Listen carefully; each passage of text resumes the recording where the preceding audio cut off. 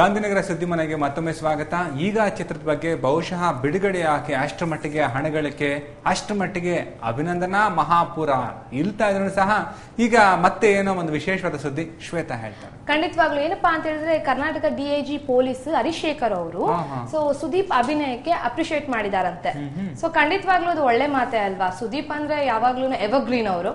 So ಈ ತರ ನಮ್ಮ ಪೊಲೀಸ್ ಅವರು ನಮ್ಮ ಫಿಲಿಂಗಳನ್ನ ನೋಡಿ ಅಪ್ರಿಶಿಯೇಷನ್ ಮಾಡೋದಂದ್ರೆ ಒಂದು ಒಳ್ಳೆ ಮಾತೆ ಅಂತ ಹೇಳ್ಬೋದು. ಒಳ್ಳೆ ಮಾತು. ಹರಿಶೇಖರ್ ಅವರು ಬಹುಶಃ ಇಂಥ ಒಂದು ಒಳ್ಳೊಳ್ಳೆ ಚಿತ್ರಗಳಿಗೆ ಒಳ್ಳೊಳ್ಳೆ ಅವರ ಅನಿಸಿಕೆ ಅಭಿಪ್ರಾಯ ಹಂಚ್ಕೊಳ್ತಾ ಇರ್ಬೇಕಾದ್ರೆ ದಂಡುಪಾಳ್ಯದ ಬಗ್ಗೆ ಯಾಕೆ ಅವರ ಅಷ್ಟರ ಮಟ್ಟಿಗೆ ತೀವ್ರವಾಗಿ ಗಮನಿಸಿಲ್ಲ ಅಂತ ನನ್ಗೆ ಅನ್ಸುತ್ತೆ. ಯಾಕಂದ್ರೆ ದಂಡುಪಾಳ್ಯ ಅನ್ನೋ ಚಿತ್ರ ನಾನು ಹುಟ್ಟಿದ ಊರು ದೊಡ್ಡಬಳ್ಳಾಪುರದಲ್ಲಿ ಬಿಡುಗಡೆ ಆಯ್ತು. ಅದು ಬಿಡುಗಡೆ ಆದ್ಮೇಲೆ 3 ಕೊಲೆ ಆಗಿದೆ, 18 ಕೊಲೆ ಪ್ರಯತ್ನ ನಡೆದಿದೆ, 40 ಸರಗಳತನ. ಈಗ ಏನಾಗ್ಬಿಟ್ಟಿದೆ ಅಂದ್ರೆ ಈ ಕರಿಮಣೆಗೆ ಅಲ್ಲಿ ತುಂಬಾ ಬೇಡಿಕೆ ಬಂದ್ಬಿಟ್ಟಿದೆಯಂತೆ. ಎಲ್ಲರೂ ಚಿನ್ನ ಬೆಳ್ಳಿ ಎಲ್ಲವನ್ನು ಸಹ ಯಾವುದೋ ದೊಡ್ಡ ದೊಡ್ಡ ಇದರಲ್ಲಿ ಅದನ್ನ ಬಂಧಿಸಿ ನಾವು ಕರಿಮಣೆಗೆ ಮೊರೆ ಹೋಗ್ತೀವಿ, ನಾವಿನ್ನು ಮುಂದೆ ನಿರಾಭರಣವಾಗಿ ಏನಿದೆ ಅರಿಶಿಣ ದಾರ ಆಗಿನ ಕಾಲದ್ದು ಅದನ್ನ ಹಾಕೊಂಡು ಓಡಾಡ್ತಿದೀವಿ ಅಂತ ಎಲ್ಲಾ ಓಡಾಡ್ತಾ ಇದಾರಂತೆ. ಈಗ ರಾತ್ರಿ 9 ಗಂಟೆಗೆನೆ ಅಲ್ಲಿ ಎಷ್ಟು 12 ಗಂಟೆ ತರ ಆಗ್ಬಿಟ್ಟಿದೆಯಂತೆ. ಈ ತರ ದಂಡುಪಾಳ್ಯ ಚಿತ್ರ ಯಶಸ್ವಿಯಾಗಿ ಈ ತರದ ಒಂದು ಬೆಳವಣಿಗೆ ಆ ಊರ್ನಲ್ಲಿ ಆಗಿರೋದು ಎಲ್ಲೋ ಒಂದ್ ಕಡೆ ಬೇಸರ ಅನ್ಸುತ್ತೆ. ಹಂಗಂದ್ರೆ ಅವರು ಹರಿಶೇಖರ್ ಅವರು ಸ್ವಲ್ಪ ಇದ್ರ ಬಗ್ಗೆ ಗಮನ ತಗೋ. ಖಂಡಿತವಾಗ್ಲು. ಯಾಕಂದ್ರೆ ಒಂದು ಚಿತ್ರ ಮನರಂಜನೆ ಆಗಿರ್ಬೇಕೇ ಹೊರತು ಕಳ್ಳ ಕಾಕರಿಗೆ ಒಂದು ಮಾರ್ಗಸೂಚಿಯ ಮಾರ್ಗದರ್ಶನ ಆಗ್ಬಾರ್ದಲ್ವಾ. ಹಾಗೆ ಶ್ವೇತಾ ಅವರಾದ್ಮೇಲೆ ದಂಡುಪಾಳ್ಯದ ದೊಡ್ಡಬಳ್ಳಾಪುರದ ಸುದ್ದಿ ಆದ್ಮೇಲೆ ನಮ್ಮ ಗಾಂಧಿನಗರ ಮನೆಯ ಹೊಸ ಅತಿಥಿ ಅವ್ರನ್ನ ಬರ್ಮಾಡ್ಕೊಳ್ಳೋಣ. ರಕ್ಷಾ ಗೌಡ ಅಂತ. ನಮಸ್ತೆ ರಕ್ಷಾ. ನಮಸ್ತೆ ಚಂದನ್. ನಮ್ಮ ಗಾಂಧಿನಗರ ಸುದ್ದಿ ಮನೆಯಲ್ಲಿ ನೀವೇನು ಶೋಧ ಸಂಶೋಧನೆ ನಡೆಸಿ ಇವತ್ತು ಏನ್ ಸುದ್ದಿ ಹೇಳ್ತೀರಾ? ಹೌದು ಚಂದನ್, ಇವಾಗ ನಮ್ ಬಸವನಗುಡಿಯಲ್ಲಿ ಗಣೇಶೋತ್ಸವ ಅದ್ದೂರಿಯಾಗಿ ನಡೆಯುತ್ತೆ. ಸೊ ಈ ಗಣೇಶ ಹಬ್ಬಕ್ಕೆ ನಮ್ಮ ಬಾಲಿವುಡ್ ಬಾದ್ಶಾ ಶಾರುಖ್ ಖಾನ್ ಬರ್ತಾರೆ ಅಂತ ಸುದ್ದಿ ಇದೆ. ಅದೇ ನಮ್ ಗಾಂಧಿನಗರದಲ್ಲ ಸುದ್ದಿ ಹರಡ್ಕೊಂಡಿದೆ.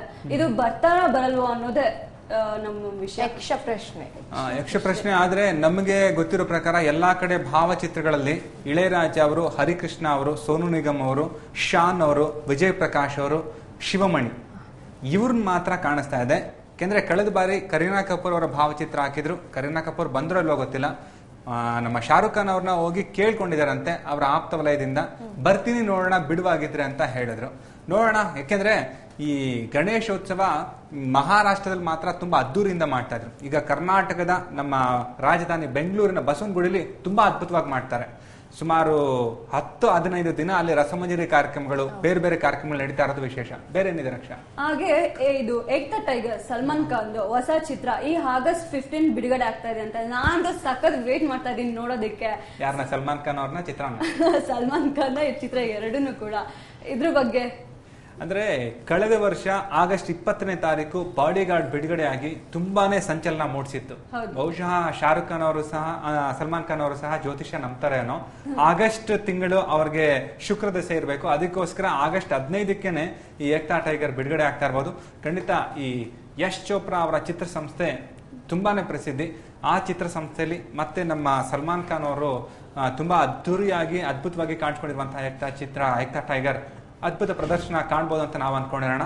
ಮೀರಾ ಜಾಸ್ಮಿನ್ ಮದುವೆ ಆಗಿದಾರಂತೆ. ಗಾಂಧಿನಗರದ ಗಾಳಿ ಸುದ್ದಿಗಳಲ್ಲಿ ಇದು ಒಂದು ಸುಮ್ಮನೆ ಇರಲ್ಲ, ಏನಾದ್ರೂ ಮಾತಾಡ್ತಾ ಇರ್ತಾರೆ. ಇವ್ರ ಮದುವೆ ಆಯ್ತು, ಅವ್ರದ್ದು ಇದಾಯ್ತು ಅಂತ. ಇದು ನನಗಂತೂ ಗೊತ್ತಿಲ್ಲ. ಗಾಳಿ ಸುದ್ದಿ ಬಗ್ಗೆ ಅಂತರ್ಜಾಲದಲ್ಲಿ ಶೋಧ ಮಾಡುವಂತ ನಮ್ಮ ಸ್ಮಿತಾನ್ ಕೇಳೋಣ. ಏನ್ ಸ್ಮಿತಾ? ಆಕ್ಚುಲಿ ಮತ್ತೆ ಮೀರಾ ಜಾಸ್ಮಿನ್ ಅವರು ಅವರ long term boy friend mandolin Rajesh ಅವ್ರ ಜೊತೆ ಮದುವೆ ಆಯ್ತು ಅಂತ ಬಂದಿದೆ. ಬಟ್ ಮೀರಾ ಜಾಸ್ಮಿನ್ ಮತ್ತೆ ಒಂದು ಸ್ಟೇಟ್ಮೆಂಟ್ ನ ಕೊಟ್ಟಿದ್ದಾರೆ. ನಾನು ಅಕಸ್ಮಾತ್ ಮದುವೆ ಆದ್ರೆ ಯಾಕೆ ಪ್ರೈವೇಟ್ ಅಲ್ಲಿ ಇರ್ತೀನಿ, ನಾನೇ ಪಬ್ಲಿಕ್ ಆಗಿ ಅನೌನ್ಸ್ ಮಾಡ್ತೀನಿ. So please stop making rumours about me ಅಂತ ಒಂದು ಸ್ಟೇಟ್ಮೆಂಟ್ ಕೊಟ್ಟಿದ್ದಾರೆ. ಸೊ ಮೂವಿಂಗ್ ಆನ್, ಇನ್ನು ನಮ್ಮ ಹಿಮ್ಮತ್ ವಾಲಾ ಚಿತ್ರ 1983 ಅಲ್ಲಿ ಬಿಡುಗಡೆ ಆದಂತ ಜಿತೇಂದ್ರ ಹಾಗೂ ಶ್ರೀದೇವಿ ಅವ್ರು ಮಾಡಿದಂತ ಹಿಮ್ಮತ್ ವಾಲಾ ಚಿತ್ರ ಮತ್ತೆ ಹಿಂದಿಲಿ ರೀಮೇಕ್ ಮಾಡ್ತಾ ಇದ್ದಾರೆ. ಇವಾಗ ಒಂದು ಟ್ರೆಂಡ್ ಹೊಸದಾಗ್ಬಿಡಿದೆ. ಅಂದ್ರೆ ಹಳೆ ಚಿತ್ರಗಳನ್ನೇ ರೀಮೇಕ್ ಮಾಡ್ತಾ ಹೊರಡ್ತಿದ್ದಾರೆ. ಸೊ ಈ ಒಂದು ಚಿತ್ರದಲ್ಲಿ ಅಜಯ್ ದೇವ್ಗನ್ ಹೀರೋ ಆಗಿ ಕಾಣಿಸ್ಕೊಂಡ್ರೆ ತಮನ್ನಾ ಭಾಟ್ಯ, ಕಾಲಿವುಡ್ ಹಾಗೆ ಟಾಲಿವುಡ್ ನ ರೂಲ್ ಮಾಡಿದಂತ ತಮನ್ನಾ ಭಾಟ್ಯ ಹಿಂದಿ ಚಿತ್ರಗಳು ಇಷ್ಟುವರೆಗೂ ಅವ್ರಿಗೆ ಸಾಕಷ್ಟು ಹಿಂದಿ ಫಿಲ್ಮ್ಸ್ ಬಂದಿತ್ತು, ಬಟ್ ಯಾವ್ದನ್ನು ಅಕ್ಸೆಪ್ಟ್ ಮಾಡದೆ ಕೊನೆಗೆ ಹಿಮ್ಮತ್ ವಾಲಾ ಚಿತ್ರದ ರೀಮೇಕ್ ಅಲ್ಲಿ ಬಾಲಿವುಡ್ ಎಂಟ್ರಿ ಮಾಡ್ತಾ ಇದ್ದಾರೆ. ಸೊ ತಮನ್ನಾಗೆ ಯಾಕೆ ಈ ಒಂದು ಚಿತ್ರ ಸಿಕ್ತು ಅಂದ್ರೆ ಡೈರೆಕ್ಟರ್ ಸಾಜಿದ್ ಖಾನ್ ಅವರು ಹೇಳಿದ್ದಾರೆ ಶ್ರೀದೇವಿಯ ಬಾಡಿ ಲ್ಯಾಂಗ್ವೇಜ್ ಹಾಗೇನೆ ಅವರ ಕಾಂಪ್ಲೆಕ್ಷನ್ ತಮನ್ನಾಗಿದೆ. ಸೊ ಎಲ್ಲೋ ಒಂದ್ ಕಡೆ ನಾನು ಜೂನಿಯರ್ ಶ್ರೀದೇವಿ ನೋಡ್ದಂಗ್ ಆಗತ್ತೆ ತಮನ್ನಾ ನೋಡಿದ್ರೆ. ಸೊ ಹಾಗಾಗಿ ಹಿಮ್ಮತ್ ವಾಲಾ ಚಿತ್ರದ ರೀಮೇಕ್ ನ ಹೀರೋಯಿನ್ ಕೂಡ ಫೈನಲೈಸ್ ಆಗಿದ್ದಾರೆ, ಹೀರೋನು ಫೈನಲೈಸ್ ಆಗಿದ್ದಾರೆ. Himmatwala will go on floors ಅಂತ ಓಪನ್ ಸ್ಟೇಟ್ಮೆಂಟ್ ಕೊಟ್ಟಿದ್ದಾರೆ. ಹಾಗೆ ಶ್ವೇತಾ ದಯಾಳ್ ಪದ್ಮನಾಭನ್ ಅವರು ವೀಕೆಂಡ್ ಶಾರ್ಟ್ ಫಿಲ್ಮ್ ಮೇಕಿಂಗ್ ಏನೋ ಮಾಡ್ತಾ ಇದ್ದಾರೆ. ಸೊ ಅದ್ರ ಡೀಟೇಲ್ ಪೂರಾ ನಮ್ಮ ಸ್ಮಿತಾಗ್ ಗೊತ್ತು. ಸೊ ಸ್ಮಿತಾ ಏನ್ ಹೇಳ್ತೀಯ? ಸ್ಮಿತಾ, ₹1 2 ನಾಣ್ಯ ಅದು ಗೊತ್ತಿಲ್ಲ ಏನು ಅಂತ, ಅದನ್ನ ಬಿಡುಗಡೆ ಮಾಡೋದ್ ಬಿಟ್ಟು ಯಾಕೆ ವಾರಾಂತ್ಯದಲ್ಲಿ ಇವರು ಶಾಲೆನ ಶುರು ಮಾಡಕ್ ಹೋದ್ರು? ಕರೆಕ್ಟ್ ಚಂದನ್, ಇದೇ ವೇದಿಕೆಯಲ್ಲಿ ದಯಾಳ್ ಅವ್ರು ಬಂದು ₹1 2 ಪ್ರೀತಿನೋ ಏನೋ ಚಿತ್ರದ ಬಗ್ಗೆ ಮಾತನಾಡಿದ್ರು. ಅವರ ವಿಜಯ ರಾಘವೇಂದ್ರ ಅವರ ಕಾನ್ಫ್ಲಿಕ್ಟ್ ಬಗ್ಗೆ ಎಲ್ಲ ಮಾತಾಡಿದ್ರು. ಈಗ ಸದ್ಯಕ್ಕೆ ಏನೋ ವೀಕೆಂಡ್ ಫಿಲ್ಮ್ ಮೇಕಿಂಗ್ ಕೋರ್ಸ್ ಮಾಡಕ್ಕೆ ಹೊರಟಿದ್ದಾರಂತೆ. ಅಂದ್ರೆ ದಯಾಳ್ ಅವರು ಇತ್ತೀಚೆಗೆ ವೆಬ್ಸೈಟ್ ಅಲ್ಲಿ ಕೂಡ ಕೊಟ್ಟಿದ್ರು, ನಾನು ಫಿಲ್ಮ್ ಮೇಕಿಂಗ್ ಅಲ್ಲಿ ಸಾಕಷ್ಟು ಇಂಟ್ರೆಸ್ಟ್ ನ ತೊಡಗಿದ್ದೀನಿ. ಸೊ ಹಾಗಾಗಿ ಏನೋ ಆಸ್ಪೈರಿಂಗ್ ಫಿಲ್ಮ್ ಮೇಕರ್ಸ್ ಇರ್ತಾರ, ಅವ್ರಿಗೆ ಫಿಲ್ಮ್ ಮೇಕಿಂಗ್ ಬಗ್ಗೆ ಏನೂ ಗೊತ್ತಿರಲ್ಲ. ಸೊ ಅಂತವ್ರಿಗೆ ಈ ಒಂದು ಕೋರ್ಸ್ ಬೆನಿಫಿಷಿಯಲ್ ಆಗುತ್ತೆ. ಸೊ ಹಾಗಾಗಿ ಯಾರಾದ್ರೂ ವೀಕೆಂಡ್ ಫ್ರೀ ಇದ್ದು ನೀವು ಫಿಲ್ಮ್ ಮೇಕಿಂಗ್ ಬಗ್ಗೆ ಕೋರ್ಸ್ ಮಾಡಬೇಕು ಅಂದ್ರೆ ನಾನು ಒಂದು ಡೀಟೇಲ್ಸ್ ಕೊಡ್ತೀನಿ, ಆ ಒಂದು ಅಕೌಂಟ್ಗೆ ದುಡ್ಡನ್ನು ಹಾಕ್ಬೋದು ಅಂತೆಲ್ಲ ಅವ್ರ ಅಕೌಂಟ್ ಡೀಟೇಲ್ಸ್ ಎಲ್ಲ ಕೊಟ್ಟಿದ್ದಾರೆ. ಸೊ ಈ ಒಂದು ಬೆಳವಣಿಗೆ ನಿಂಗೆ ಏನ್ ಅನ್ಸುತ್ತೆ? ನಮ್ಮ ಕಾಶಿನಾಥ್ ಅವ್ರ ಮೊನ್ನೆ ಬಂದಾಗ ಅವ್ರು ಹೇಳಿದ್ರಲ್ಲ, ಒಬ್ಬ ನಿರ್ಮಾಪಕ ನಿರ್ದೇಶಕ ತಾನು ಹೇಗಂತ ತಿಳ್ಕೊಂಡು ಚಿತ್ರರಂಗಕ್ಕೆ ಪದಾರ್ಪಣೆ ಮಾಡ್ಬೇಕು ಅಂತ. ನಿಜವಾಗ್ಲೂ ನಿರ್ಮಾಣ ಮಾಡುವಂತವ್ರು ಪ್ರತಿಯೊಂದನ್ನು ಪಟ್ಟಿ ಮಾಡ್ಕೊಂಡು ಇದ್ ಮಾಡ್ಬೇಕು ಅಂತ ಕಾಶಿನಾಥ್ ಅವ್ರು ಈಗಾಗಲೇ ಮಾಡಿದ್ದಾರೆ.